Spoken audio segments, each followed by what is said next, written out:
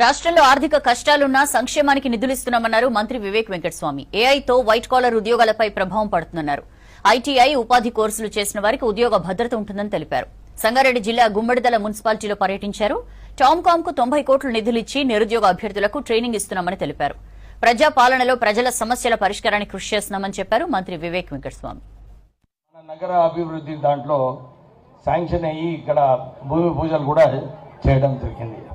అంటే ఎవరు ఊహించలేదు ఇంత తొందరగానే రాష్ట్ర ప్రభుత్వము నిధులు మున్సిపాలిటీకి ఇస్తుంది, మున్సిపాలిటీలో అభివృద్ధి చేసుకోవచ్చు అని చెప్పి రాష్ట్ర ప్రభుత్వం ఒక మంచి ఆలోచనతోని ముఖ్యమంత్రి రేవంత్ రెడ్డి గారు నగర అభివృద్ధి స్కీమ్ కింద అన్ని మున్సిపాలిటీస్కి 15 కోట్లు ఇవ్వడం జరిగింది.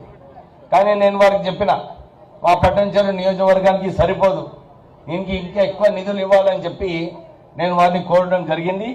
అలాగే వారు కూడా స్పందించి సరే పట్టణంచెరు నియోజకవర్గానికి ఎక్కువ నిధులు ఇద్దాము, కొద్దిగా మంచిగా పనులు చెప్పి వీళ్ళతోని వీళ్ళన్ని పనులు కూడా సరిగా క్వాలిటీగా పనులు చేసుకుంటే ఇంకా ఎక్కువ నిధులు కూడా ఇవ్వడానికి రాష్ట్ర ప్రభుత్వం సిద్ధంగా ఉందని చెప్పి సభాముఖంగా మీ అందరికీ చెప్పడం జరుగుతుంది. మనకి ఇందిరమ్మ ఇల్లు కావాలనుకుంటే మనకు రేషన్ కార్డు అవసరము.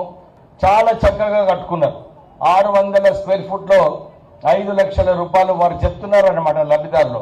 సార్ మాకు ఎక్కడ ఇబ్బంది లేకుండే స్కీమ్ ప్రకారంగా 600 స్క్వేర్ ఫీట్లో కట్టుకున్నాము. బేస్మెంట్ కట్టుకున్నప్పుడు 1 లక్ష రూపాయలు వచ్చింది, కాలమ్స్ కట్టుకున్నప్పుడు ఇంకొక 1 లక్ష వచ్చింది, స్లాబ్ వేసుకున్నప్పుడు 2 లక్షలు వచ్చింది, పూర్తిగా చేసుకున్నప్పుడు ఇంకో 1 లక్ష వచ్చింది. ఎక్కడ ఎవరికి ఒక పైసా ఇచ్చేది అవసరం లేకుండే మాకు ప్రొసీడింగ్స్ కూడా మా అర్హత ఉన్నదని చెప్పి మాకు ప్రొసీడింగ్స్ ఇచ్చినారు. కష్టకాలంలో ఉన్నప్పటికీ కూడా ఏదో ఒక దగ్గర నుంచి నిధులు తీసుకొచ్చి మనకు నిధులు ఇస్తున్నారు. అలాగే మీరు ఇప్పుడు ఏదైతే కోరినారో మీరు ఒక జూనియర్ కాలేజ్ కావాలన్నారు, జూనియర్ కాలేజ్ గురించి కూడా మనం ప్రయత్నం చేస్తాము. 119 నియోజకవర్గాలలో అన్ని చోట్ల కూడా ఒక అడ్వాన్స్ టెక్నాలజీ సెంటర్ స్థాపిస్తాము. ఈ అడ్వాన్స్ టెక్నాలజీ సెంటర్ స్థాపించి మన పిల్లలకు ట్రైనింగ్ ఇప్పించిన తర్వాత వీళ్ళందరూ జర్మన్ లాంగ్వేజ్ నేర్చుకుంటే వీళ్ళకు జర్మనీ పంపించి 2 లక్షల జీతం, 2.5 లక్షల జీతం వస్తుంది.